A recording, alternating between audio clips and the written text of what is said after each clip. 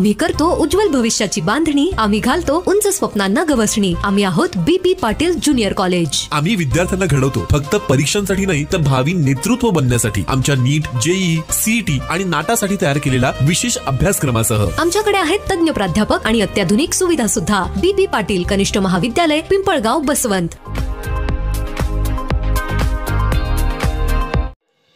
पिंपळगाव बसवंत शहरात शिंदे शिवसेनेचा मोठा ताफा नाशिकला रवाना।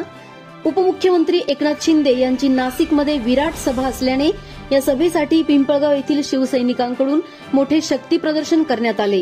जुन्या आग्रा रोडवर असलेल्या राजे ग्रुपच्या कार्यालयातून शिंदे शिवसैनिकांचा ताफा मोठ्या जल्लोषात आणि उत्साहात नाशिकच्या दिशेने रवाना झाला।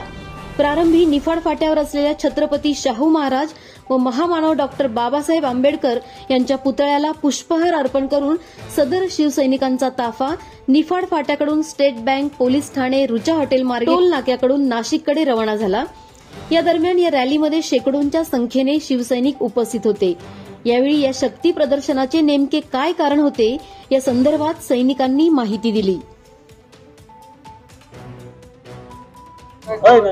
महाराष्ट्र राज्याचे सन्माननीय उपमुख्यमंत्री आणि शिवसेनेचे पक्षप्रमुख आदरणीय एकनाथजी शिंदे साहेब यांच्या नेतृत्वाखाली महायुतीने आता झालेल्या निवडणुकीमध्ये अतिशय घवघवीत असं यश मिळवलं।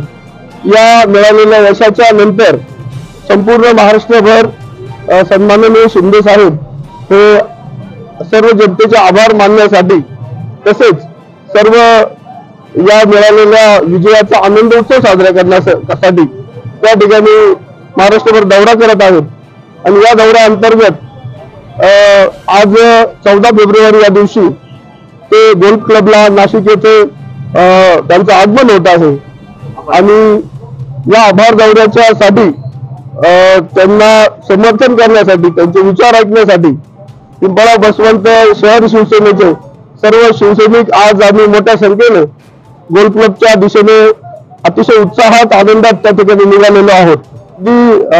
खरं सांगायचं झाल्यास कदाचित या पुढील 2-3 दिवसातच सन्माननीय श्रीकांत शिंदे साहेबांच्या उपस्थितीमध्ये हा नियोजित मेळावा होता, परंतु 14 तारखेचा सन्माननीय उपमुख्यमंत्री साहेबांचा जो दौरा ठरला त्यामुळे श्रीकांत शिंदे साहेबांचा नियोजित पिंपळगाव बसवंत शहरातील दौरा हा पुढील 8-10 दिवसासाठी पुढे ढकलण्यात आलेला आहे।